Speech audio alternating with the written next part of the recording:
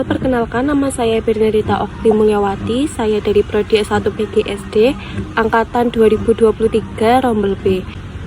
Jadi dari video yang saya amati tentang manusia dan asal-usulnya, di situ ada sebuah pengertian tentang bioetika. Bioetika adalah cabang keilmuan dari etika terapan yang membahas permasalahan makhluk hidup dan lingkungannya. Selain bioetika juga terdapat konsumerisme. Konsumerisme adalah aliran atau paham yang mengubah perilaku manusia untuk melakukan sebuah kegiatan konsumen atau membeli atau memakai barang-barang secara berlebihan tanpa melihat gunanya. Selain itu ada juga martabat sebagai citra Allah. Dari penjelasan Bapak Gregorius, manusia zaman sekarang sering melupakan bahwa dia adalah citranya Allah. Contohnya, tingkat egois mereka yang tinggi. Mereka lebih suka kesenangan tanpa memikirkan dampak ke belakangnya. Berbicara tentang martabat sebagai citra Allah. Martabat sebagai citra Allah adalah gambaran dari Allah itu sendiri.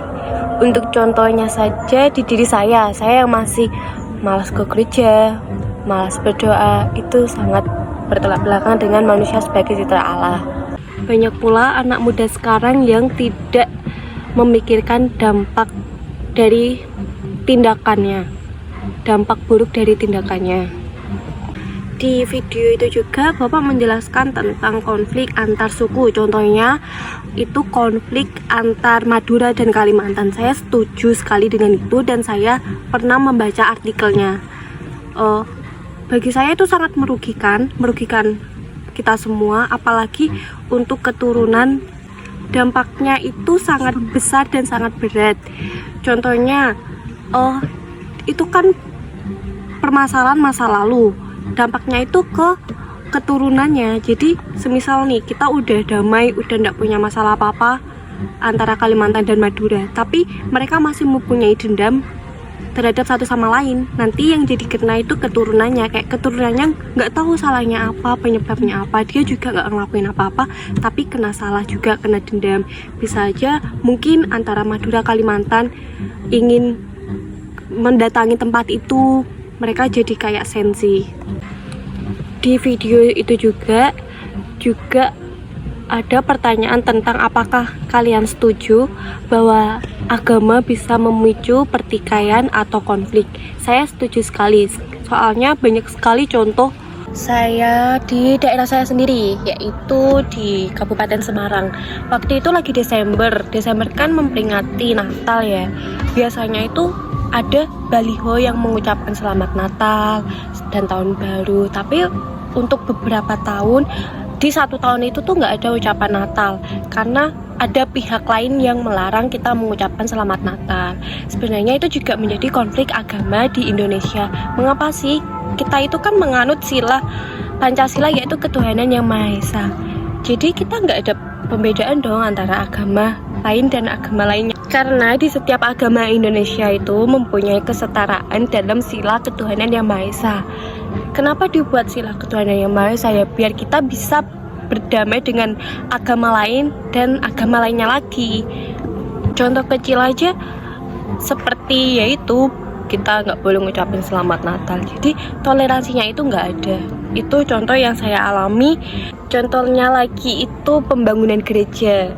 Yang di berita-berita itu pembangunan gereja di Tangerang. Banyak pihak yang menolak pembangunan gereja di situ. Duh, emang salahnya gereja apa sih? Kita kan juga sama-sama ingin ibadah. Kita bisa bertoleransi. Oke, kita manusia minoritas dan agama minoritas di Indonesia, tapi kita nggak boleh dong membedakan agama-agama lain. Mengapa sih agama sering terjadi konflik atau permasalahan? Karena perbedaan budaya dan keyakinan individu dalam nilai-nilai ketuhanan, juga keseharian masyarakat mereka, serta kesetaraan agama di dalam masyarakat. Dan juga dilihat dari jumlah agama itu di dalam masyarakat. Kadang kan ada masyarakat minoritas dan mayoritas, itu juga bisa menjadikan konflik.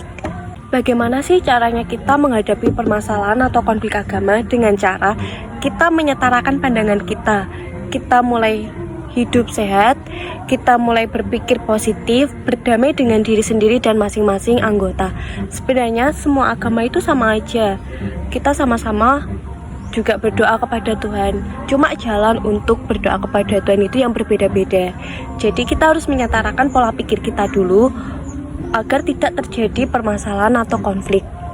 Pada intinya semua agama itu sama-sama menyembah Tuhan, berdoa kepada Tuhan. Jadi emang jalannya kita aja yang berbeda, emang cara-caranya kita aja yang berbeda. Cuma tujuan kita tuh sama. Jadi oke, mari kita menyetarakan pemikiran kita dan saling bertoleransi antar agama. Baik, terima kasih. Itu saja argumen dari saya. Untuk seterusnya pesan saya, semoga kita bisa saling berdamai antar agama, antar suku dan antar ras. Karena sebenarnya kita tuh manusia yang sama-sama diciptakan Tuhan, hidup sekali seumur hidup. Sebaiknya kita bisa hidup berdamai dan menyelesaikan masalah dengan baik tanpa dengan emosi. Terima kasih.